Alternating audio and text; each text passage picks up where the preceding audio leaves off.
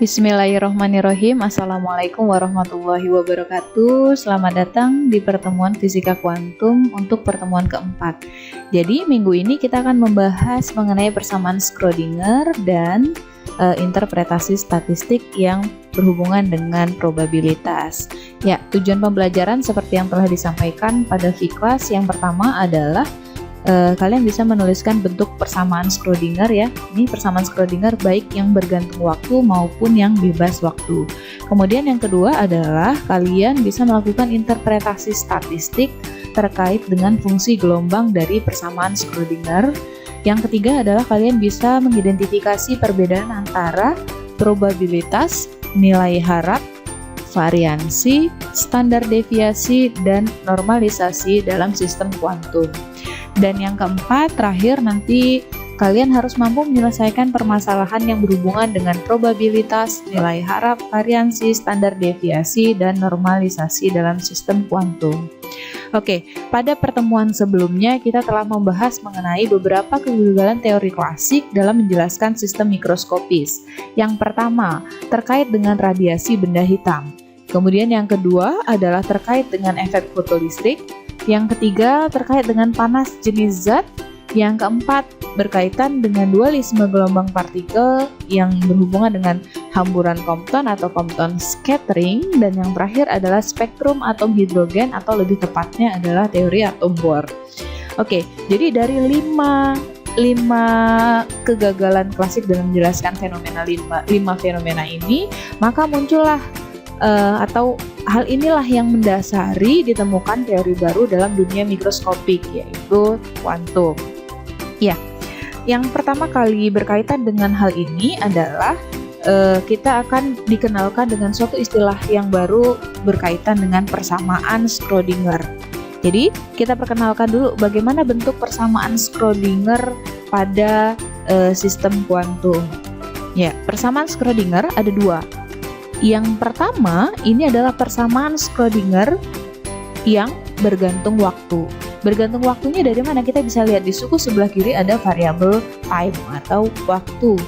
Nah, kalau H-coret itu adalah konstanta Planck ya, dibagi dengan 2pi. Di mana besarnya konstanta Planck adalah 6,626 dikali 10 pangkat min 34 joules sekon. Kemudian I adalah bilangan imajiner ya. I adalah bilangan imajiner ya.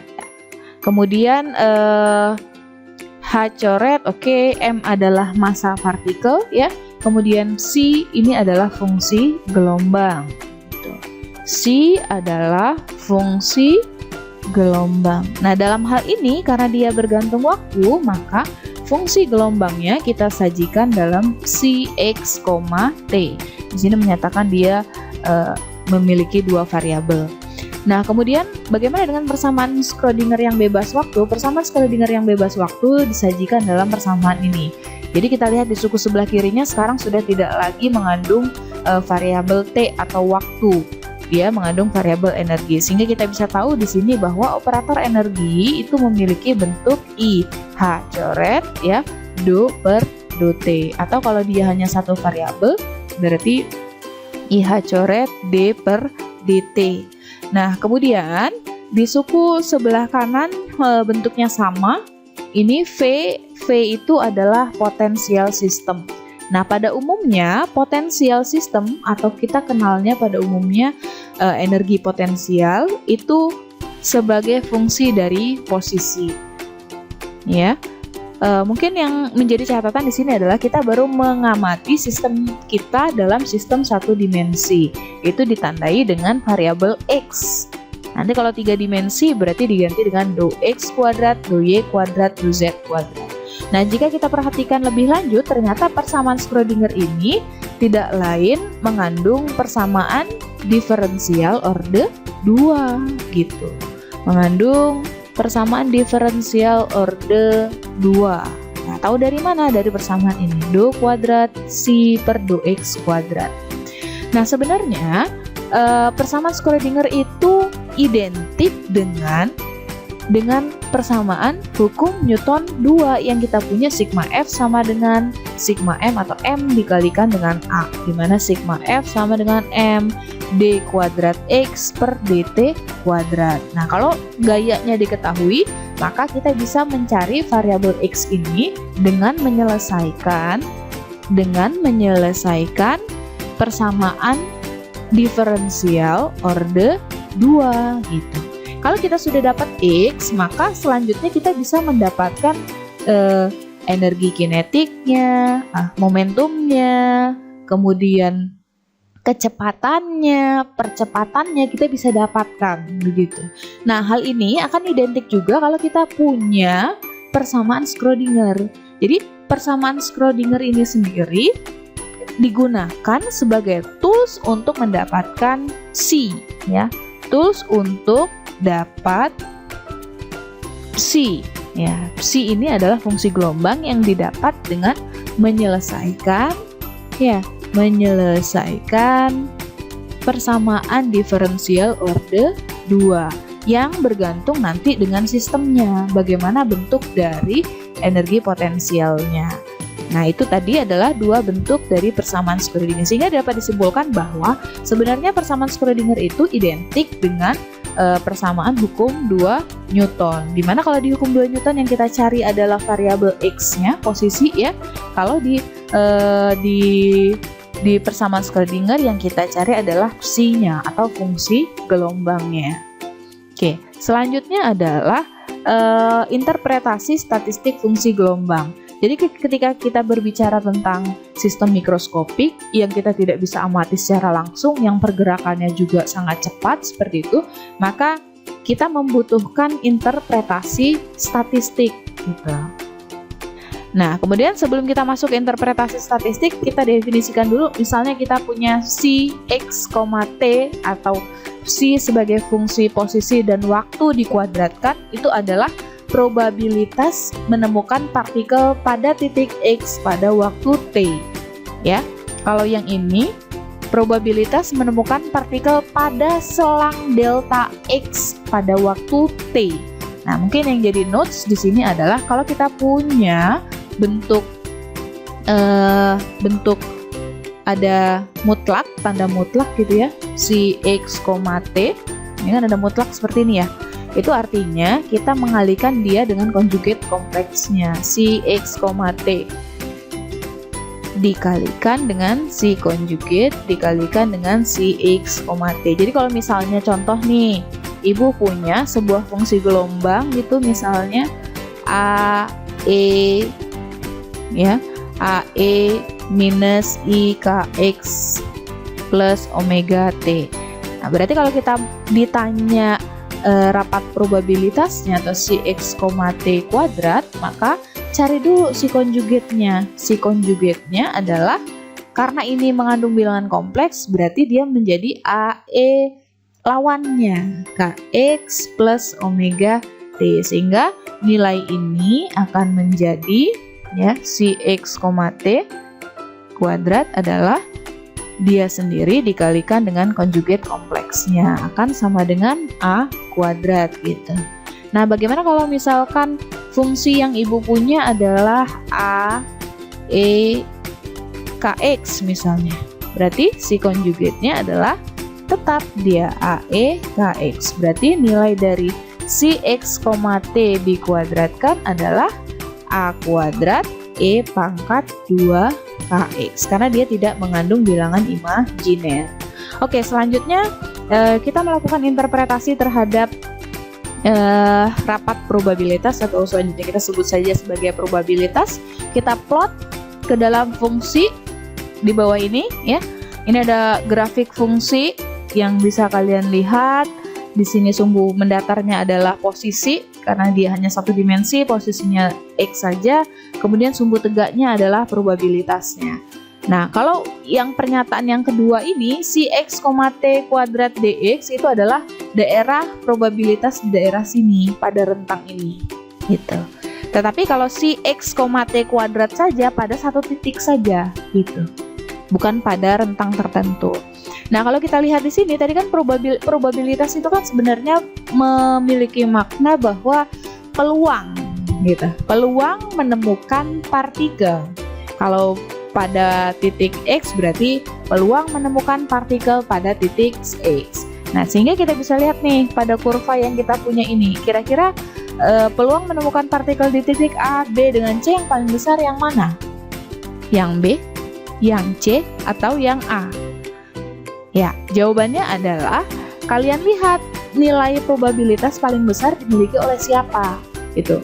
Nilai probabilitas terbesar dimiliki oleh A, sehingga peluang kita menemukan partikel itu paling besar berada di daerah sini. Sehingga kita akan bisa memprediksi bahwa sistem mikroskopis yang sedang kita amati itu peluang menemukan partikel atau posisi partikel itu paling banyak berada di daerah rentang dekat dengan A. Sedangkan kalau kita lihat di titik B, itu probabilitasnya hampir kan 0. Berarti di daerah sini hampir sama sekali tidak ada partikel. Kemudian di titik C masih ada, cuman dia lebih kecil daripada yang di A. Oke, itu terkait dengan interpretasi statistik fungsi gelombang. Oke, sekarang kita berlanjut. Jadi, kalau kita sudah mendapatkan fungsi gelombang, selanjutnya buat apa sih? Terus, bagaimana kualitas tersebut atau kuantitas tersebut bisa mendeskripsikan sebuah keadaan partikel? Nah, ini diartikan atau pertama kali diperkenalkan oleh Born yang ini nih. Ini kita kenal dengan Born interpretasi atau interpretasi statistik Born. Gitu ya. Nah, ini kan sebenarnya identik tadi seperti dengan di kasus klasik. Kalau di kasus klasik kita menyelesaikan hukum 2 Newton, X dapat, maka kita bisa mendapatkan kecepatan, kita bisa mendapatkan percepatan, kita juga bisa mendapatkan energi kinetik dan seterusnya. Nah, hampir sama dengan fungsi gelombang. Ketika kita sudah mendapatkan fungsi gelombang dengan menyelesaikan persamaan Schrödinger berupa persamaan diferensial order 2, maka kita bisa memprediksi bagaimana perilaku si partikel tersebut, di mana dia peluang terbesar ditemukan, berapa energi kinetiknya, berapa momentumnya, dan seterusnya. Nah, itu terkait dengan interpretasi statistik. Nah, karena kita berbicara tentang statistik dan probabilitas, artinya ketika kita mempelajari terkait dengan persamaan Schrödinger atau fungsi gelombang, yang kita punya adalah atau selanjutnya kita akan mengenalkan prinsip indeterminasi. Maknanya apa? Maknanya adalah meskipun kita sudah mendapatkan psi tadi ya, fungsi gelombang yang diselesaikan dari persamaan diferensial order 2, persamaan Schrödinger, sebenarnya kita itu tidak bisa menentukan secara pasti di mana letak dari psi tersebut, di posisi mana, di X berapa, itu kita tidak bisa menentukan. Yang bisa kita lakukan adalah memprediksinya gitu, dengan melokalisasi di daerah tertentu. Jadi melokalisasi misalnya di daerah delta X ini. Nah, untuk lebih memahami terkait dengan pendekatan statistik ini, selanjutnya Ibu sajikan di sini ada data statistik. Kalian perhatikan di sini ada 14 orang ya. Ada orang berusia 14 tahun, jumlahnya 1 orang, 15 tahun 1 orang, 16 tahun ada 3 orang, 22 tahun ada 2 orang, 24 tahun 2 orang, 25 tahun 5 orang. Jadi data ini akan digunakan untuk menjelaskan makna dari probabilitas, kemudian nilai rata-rata, kemudian normalisasi, dan standar deviasi. Jadi tadi seperti yang Ibu jelaskan di awal bahwa di dalam suatu ruangan, jadi kasusnya sebenarnya data ini di dalam suatu ruangan terdapat 1 orang berusia ya. Ini jumlah orang berusia 14 tahun, kemudian 1 orang berusia 15 tahun, kemudian 3 orang ya. 3 orang berusia 16 tahun, kemudian 2 orang berusia 22 tahun, kemudian ada 24 orang berusia 2 orang berusia 24 tahun, Kemudian ada 5 orang berusia 25 tahun. Nah, ini kita masih berbicara tentang sesuatu atau nilai yang bersifat diskrit. Kalau kita amati lebih lanjut, jika kita mau mendefinisikan sebuah fungsi, misalnya NJ itu adalah jumlah orang yang usianya J, gitu. NJ itu adalah jumlah orang yang berusia J. Hingga kita bisa menuliskan jumlah total orang dalam ruang tersebut dalam notasi NJ. Jadi kalau kita tuliskan jumlah total yang disajikan dalam N, ya, maka N itu adalah jumlah. Jadi notasi sigma itu artinya jumlah ya, dari J0 sampai tak berhingga dari NJ. Jadi N-nya kalau kita bisa tuliskan ya, N untuk orang yang usianya 14 tahun ditambah N untuk orang yang usianya 15 tahun ditambah N untuk orang yang usianya 16 tahun ditambah N untuk orang yang usianya 22 tahun ditambah N yang usianya 24 tahun ditambah N yang usianya 25 tahun. Sehingga kita bisa dapatkan N total adalah 1 ditambah 1 ditambah 3 ditambah 2 ditambah 2 ditambah 5, atau kita jumlahkan berapa totalnya adalah 14. Sehingga notasi ini kalau kita buat notasi yang lebih singkat, maka N adalah jumlahan dari J-nya ya sampai tak berhingga ya, dari 0 ya, misalnya NJ gitu. Ini kan pola J-nya yang berubah atau usianya yang berubah. Oke, ini jumlah total. Selanjutnya kita mau menghitung atau menentukan probabilitas gitu. Nah, probabilitas itu kan peluang gitu. Kalau probabilitas untuk menemukan untuk menemukan orang atau mendapatkan orang yang usianya J, maka kita simbolkan dengan PJ. Jadi kalau misalnya soal ini tadi nih, yang di atas tadi, probabilitas untuk menemukan orang yang usianya 15 tahun berapa? Berarti kan tinggal yang 15 tahun ada berapa orang? 1 dibagi dengan total orangnya ada 14. Berarti probabilitas untuk menemukan orang yang usianya 14 tahun adalah jumlah orang yang berusianya 14 tahun dibagi dengan total keseluruhan orang dibagi dengan N. Berarti ini adalah 1 dibagi 14. Nih. Sehingga kita bisa tuliskan bentuk dari probabilitasnya adalah NJ dibagi dengan J. Jumlah orang yang berusia J dibagi dengan